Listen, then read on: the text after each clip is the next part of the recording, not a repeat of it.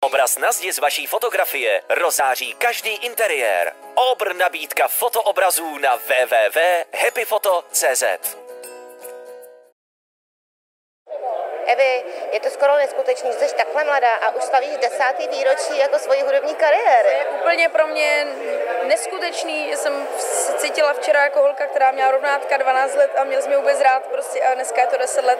A myslím, že to ani nechápou lidi kolem, že si říkají, cože, to je ta písnička, která byla teďka. Takže no, 10 let na scéně, 12 a 22 let.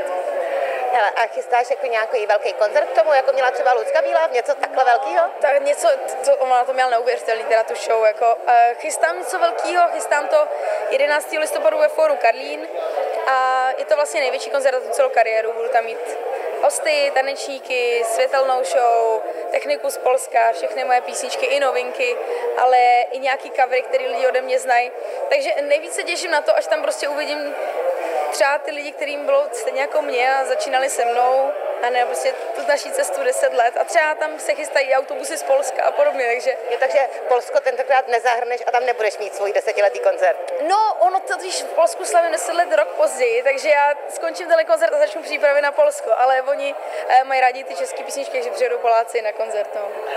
Takže Poláci zřejmě přijedou i na Sázava Fest, protože si říkala, že na festiáky moc nejezdíš.